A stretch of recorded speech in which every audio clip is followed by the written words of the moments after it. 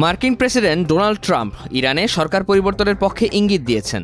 22 June স্থানীয় সময় সন্ধ্যায় ট্রুথ সোশ্যালে দেওয়া এক পোস্টে ট্রাম্প লেখেন, শাসক পরিবর্তন শব্দটি ব্যবহার করা রাজনৈতিকভাবে সঠিক নয়, কিন্তু বর্তমান শাসন ব্যবস্থা যদি ইরানকে আবার মহান করতে না পারে তাহলে শাসক পরিবর্তন হবে না কেন। এরপর তিনি লিখেন MIGA, যার অর্থ মেক ইরান গ্রেট এগেইন। মার্কিন কর্মকর্তারা ইরানের পারমাণবিক স্থাপনায় হামলাকে তেহরানের নেতৃত্ব পরিবর্তনের সূচনা নয় বলে মন্তব্য করার মাত্র 2 ঘন্টা পরই এই ইঙ্গিত দিলেন মার্কিন প্রেসিডেন্ট।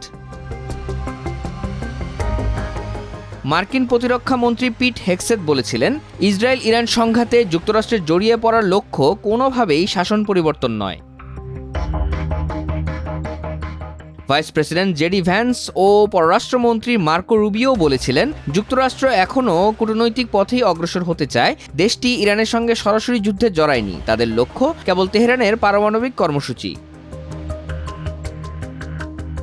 এদিকে ইসরায়েলকে শাস্তি দেওয়া অব্যাহত রাখার অঙ্গীকার ব্যক্ত করেছেন ইরানের সর্বোচ্চ নেতা আয়াতুল্লাহ আল খামিনি। ইরানের বিরুদ্ধে ইসরায়েলি হামলায় যুক্তরাষ্ট্রে যোগ দেওয়ার পর এটি প্রথম প্রকাশ্যে প্রতিক্রিয়া তার। এক এক্স পোস্টে দেওয়া বিবৃতিতে খামিনি বলেন, জায়নবাদী শত্রু একটি বিরাট ভুল করেছে, এক গুরুতর অপরাধ করেছে, এর শাস্তি তাকে পেতেই হবে এবং সেই শাস্তি পাচ্ছেও। ঠিক এই মুহূর্তেই তাকে শাস্তি দেওয়া হচ্ছে।